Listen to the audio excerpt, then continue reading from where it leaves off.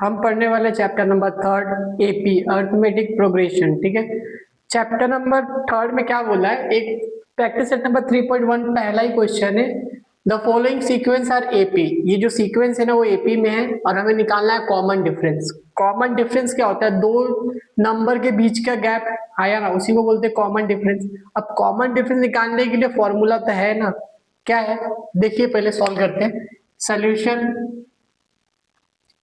लिखोगे, the given sequence, the given sequence क्या है, 2, 4, 6, 8, आया ना। तो इसको पहले सपोज करो, बहुत लोग सपोज करते A1 A2 B1 A1 A1 A2 A3 A4 A5 suppose करते, कुछ लोग T1 T2 T3, तो हम T1 सपोज करेंगे।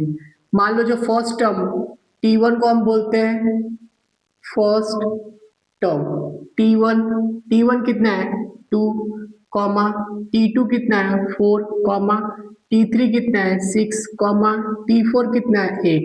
तो इस तरीके से हम सपोज करते हैं। ठीक है, हमें निकालना क्या है, कॉमन डिफरेंस। कॉमन डिफरेंस निकालने की, कॉमन डिफरेंस को पहले ये ध्यान दो, कॉमन डिफरेंस को किससे डिनोट करते हैं, तो कॉमन डिफरेंस को डिनोट करते हैं स्मॉल डी से। कॉमन डिफरेंस को किससे डिनोट करते हैं, स्मॉल डी से। ठीक है, तो कॉमन डिफरेंस निकालने का आसान सा फॉर्मूला है, d is equal to T2 minus T1, बड़े वाले में से छोटे वाले को माइनस करना है, T2 माइनस T1। अगर T3 माइनस T2 होगा, बड़े से छोटे को माइनस करेंगे, समझा कि नहीं समझा, तो ये फॉर्मूला है।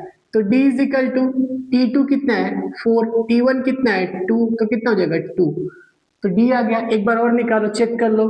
अब क्या लिखोगे, T2 है ना, T3 माइनस T2 लिखोगे, T3 कितना है 6 माइनस कितना है 4 इज इक्वल टू 2। एक और बार कर लो, d is equal to T4 minus T3 is equal to 8 minus 6 is equal to 2। अब देखो यहाँ पे भी 2 है, यहाँ पे भी 2 है, यहाँ पे भी 2 है।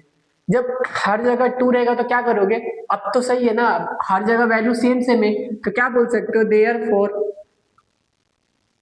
कॉमन डिफरेंस कितना है 2 है। यही तो फाइंड करना था, बस आपको समझ में आना चाहिए। क्या आप सपोज करो T1 T2 T3 T4 T5, और फॉर्मूला क्या है, D में से T2 में से T1 को माइनस कर दो, बड़े नंबर में से छोटे नंबर को माइनस कर दो, T2 में से T1 को माइनस करो, T3 में से T2 को माइनस करो, T4 में से T3 को माइनस करो, खत्म। इस तरीके से सॉल्व करना, एकदम बेसिक सा क्वेश्चन है। ठीक है, समझा, लिख लो।